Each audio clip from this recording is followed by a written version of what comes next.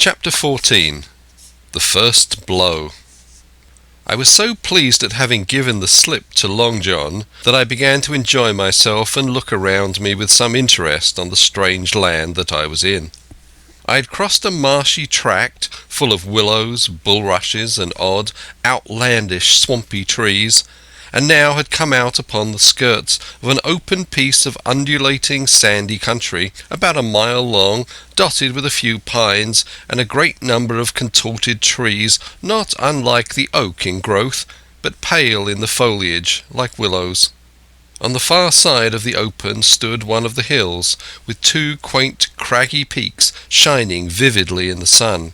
I now felt for the first time the joy of exploration. The isle was uninhabited, but my shipmates I have left behind, and nothing lived in front of me but dumb brutes and fowls.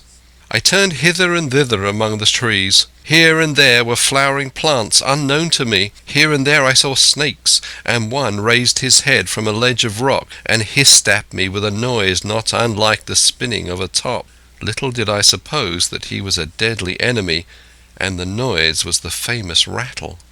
Then I came to a long thicket of these oak-like trees, live or evergreen oaks I heard afterward they should be called, which grew low along the sand like brambles, the boughs curiously twisted, the foliage compact like thatch. The thicket stretched down from the top of one of the sandy knolls, spreading and growing taller as it went, until it reached the margin of the broad reedy fen through which the nearest of the little rivers soaked its way into the anchorage. The marsh was streaming in the strong sun, and the outline of the spyglass trembled through the haze. All at once there began to go a sort of bustle among the bulrushes. A wild duck flew up with a quack, another followed, and soon over the whole surface of the marsh a great cloud of birds hung screaming and circling in the air. I judged at once that some of my shipmates must be drawing near along the borders of the fen. Nor was I deceived, for soon I heard the very distant and low tones of a human voice, which, as I continued to give ear, grew steadily louder and nearer. This put me in great fear, and I crawled under cover of the nearest live oak, and squatted there, hearkening, as silent as a mouse.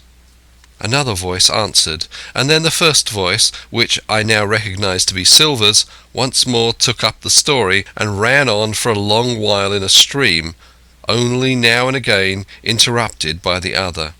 By the sound they must have been talking earnestly and almost fiercely, but no distinct word came to my hearing.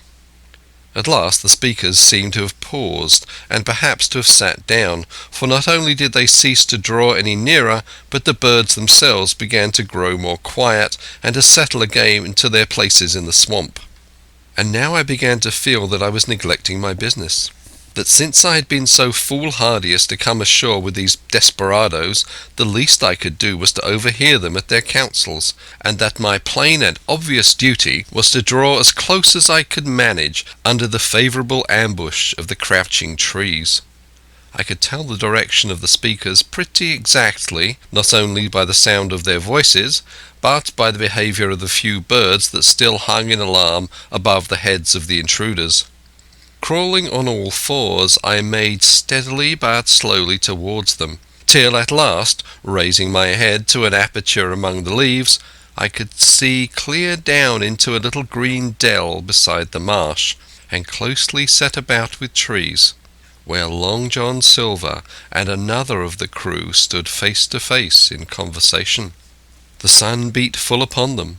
Silver had thrown his hat beside him on the ground, and his great smooth blonde face, all shining with heat, was lifted to the other man's in a kind of appeal. "Mate," he was saying, "that's because I thinks gold dust of you, gold dust, and you may lay to that, and if I hadn't took to you like pitch, do you think I'd have been here a warning of you? All's up. You can't make nor mend. It's to save your neck that I'm a-speaking, and if one of the wild uns knew it, where'd I be, Tom? Now tell me, where'd I be?" "Silver," said the other man, and I observed he was not only red in the face, but spoke as hoarse as a crow, and his voice shook too, like a taut rope.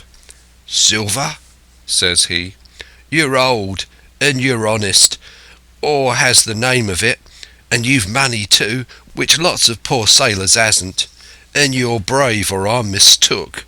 And will you tell me you'll let yourself be led away with that kind of a mess of swabs?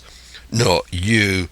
As sure as God sees me, I'd sooner lose my hand if I turn again my duty." And then, all of a sudden, he was interrupted by a noise. I had found one of the honest hands. Well, here at that same moment came news of another. Far away out in the marsh there arose all of a sudden a sound like the cry of anger, then another on the back of it, and then one horrid, long-drawn scream. The rocks of the spyglass re-echoed it a score of times. The whole troop of marsh birds rose again, darkening heaven with a simultaneous whir, and long after that death yell was still ringing in my brain, silence had re-established its empire, and only the rustle of the redescending birds and the boom of the distant surges disturbed the languor of the afternoon. Tom had leapt at the sound, like a horse at the spur, but Silver had not winked an eye. He stood where he was, resting lightly on his crutch, watching his companion like a snake about to spring. "John," said the sailor, stretching out his hand. "Hands off!" cried Silver, leaping back a yard, as it seemed to me, with the speed and security of a trained gymnast. "Hands off if you like, John Silver," said the other. "It's a black conscience that can make you feared of me, but in heaven's name, tell me what was that?" "That?" returned Silver, smiling away, but warier than ever, his eye a mere pinpoint in his big face, but gleaming like a crumb of glass. "That? Oh, I reckon that'll be Alan." And at this poor Tom flashed out like a hero. "Alan?" he cried. "Then rest his soul for a true seaman. And as for you, John Silver, long you've been a mate of mine, but you're a mate of mine no longer. If I die like a dog, I'll die in my duty. You've killed Alan, have you? Kill me too if you can, but I defies you." And with that this brave fellow turned his back directly on the cook and set off walking for the beach. But he was not destined to go far. With a cry, John seized the branch of a tree, whipped the crutch out of his armpit, and sent that uncouth missile hurling through the air. It struck poor Tom point foremost, and with stunning violence, right between the shoulders in the middle of his back. His hands flew up, and he gave a sort of gasp and fell. Whether he was injured much or little, none could ever tell. Like enough, to judge from the sound, his back was broken on the spot. But he had no time given him to recover.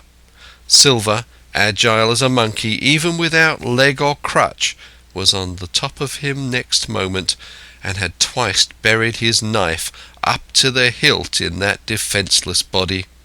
From my place of ambush I could hear him pant aloud as he struck the blows. I do not know what it rightly is to faint, but I do know that for the next little while the whole world swam away from before me in a whirling mist.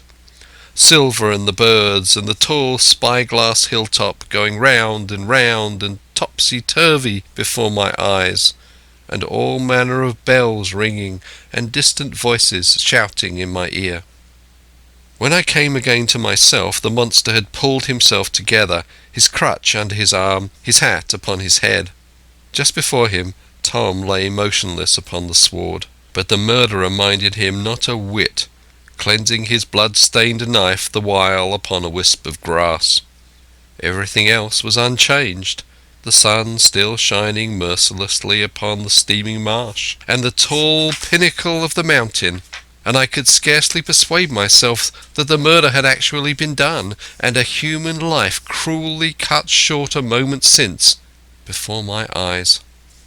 And now John put his hand into his pocket, brought out a whistle, and blew upon it several modulated blasts that rang far across the heated air.